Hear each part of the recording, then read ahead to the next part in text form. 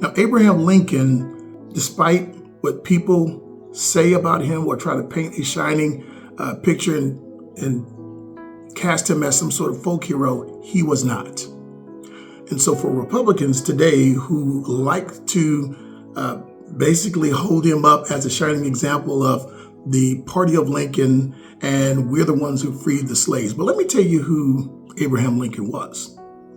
In September of 1858, while in Charleston, Illinois, and this was the fourth debate with Douglas, he was quoted as saying, "I will say then that I am not, nor have been, in favor of bringing about in any way the social and political equality of the white and black races.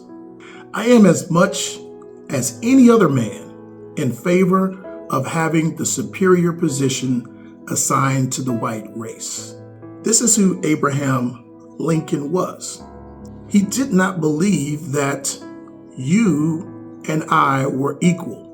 He did not believe that there should be equal protection under the law for black people. As a matter of fact, his answer to slavery was colonization. So what do I mean by that? So his plan was emancipate them, and then we ship them off to places like Liberia and Haiti and I believe Central America. That was his solution to slavery. Now, he also believed that slavery was immoral, and he wanted to prevent the spread of slavery to the Western colonies like California, Oregon, etc. He wanted slavery to stay in the south of the Mason-Dixon line. That was his moral compass. And he also was quoted as saying that if he could save the Union without freeing a single soul, he would do it. And if he could save the Union by freeing formerly enslaved people, that he would do it also. So this was a purely strategic and transactional move for him. So I don't want people to get the wrong idea about Abraham Lincoln and about the proclamation that he signed, the Emancipation Proclamation. This was purely transactional. So what was he going to do with these black folks who were showing up in the North?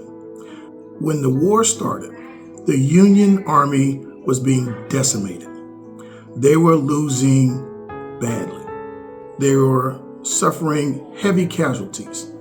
Well, now, with these formerly enslaved people flooding into the North, I can replenish my ranks. And they have a cause to fight. They also have intel. Who knows the terrain better than the people who work the lands in the South? Who knows where the fortresses are? Who's heard the whispering and the private conversations? Yeah, us. So this was strategic for Abraham Lincoln on all fronts. And lastly, but probably most important of all, he could drain their economy. He could break the South.